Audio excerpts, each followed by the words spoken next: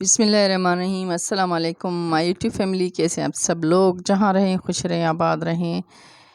आज मैं आपको बहुत ही मज़ेदार रेसिपी बता रही हूँ। ईद की वजह से मुझे मसरूफ़ियत की वजह से मुझे अपलोड करने में देर हो गई कोई भी रेसिपी। तो ये रेसिपी इतनी मज़ेदार है कि आप बनाएंगे तो आप खुश हो जाएंगे, खाने वाले भी आपकी तारीफ़ें करते हुए नहीं रुकेंगे। तो ये ऐसी रेसिपी है, ये बहुत ही मज़ेदार शीर खुरमा बनाया है मैंने।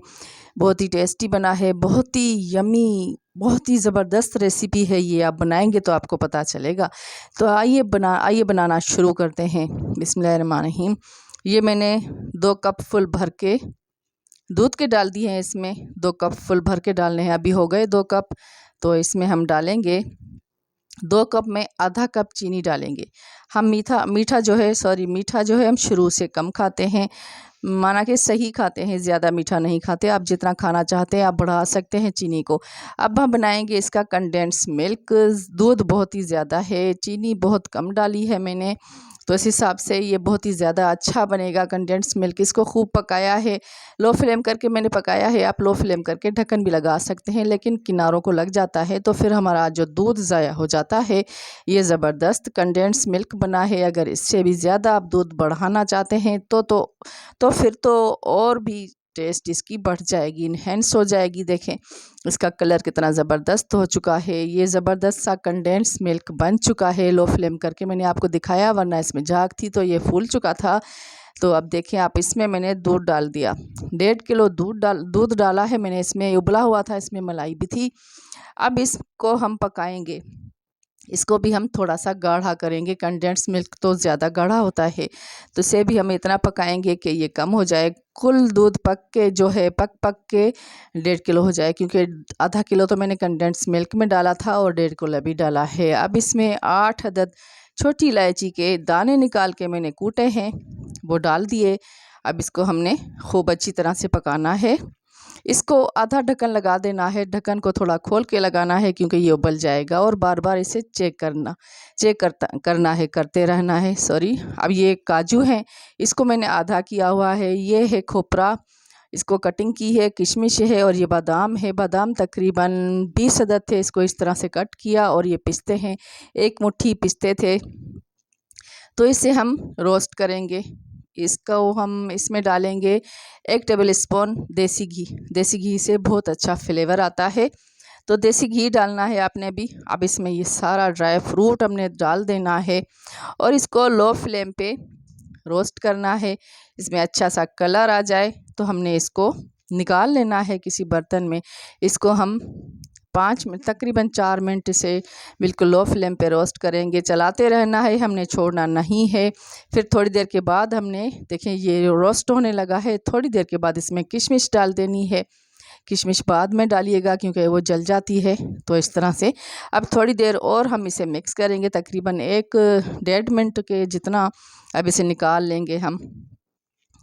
अब जो ड्राई फ्रूट मैंने निकाल लिया है, इसमें दोबारा से देसी घी मैंने 2 टेबल स्पून डाला है।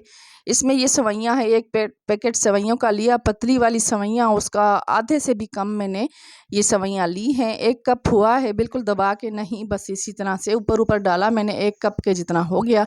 इसको थोड़ा सा तोड़ा मैंने।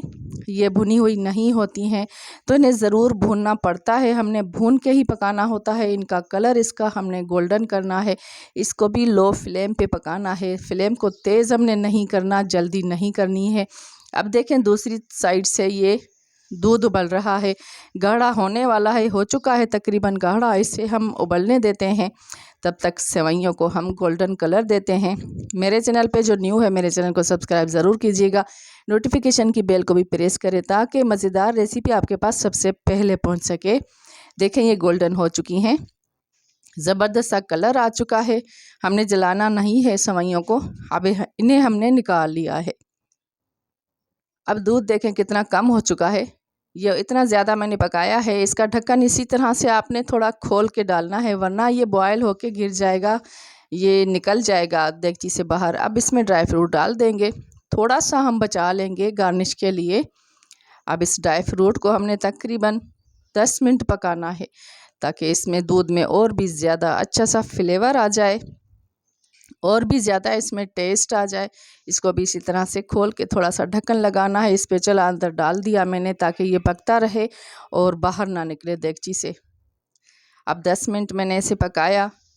देखिए कितना मज़ेदार, इसका कलर भी बहुत ही मज़ेदार हो चुका है, क्रीमी कलर हो चुका है जैसे कि हम कुल्फ़ी बनाते हैं। और आपको मैं एक बात बताना भूल गई कि दूध जो है मैंने खुला दूध लिया है, ताज़ा दूध लिया है, वो बहुत ही अच्छा उससे बनता है। पैकेट का दूध नहीं लेना है। अगर आपके पास नहीं मिलता ताज़ा दूध तो आप ले सकते हैं, लेकिन इससे बहुत ही ज़बरदस्त होता है इसका फ्लेवर।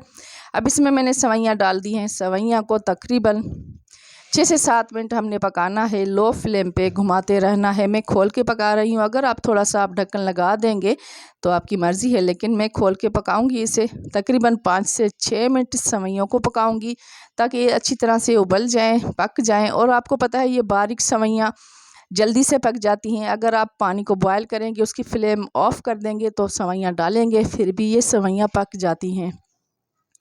तो तकरीबन 10 मिनट मैंने इसे पकाना है।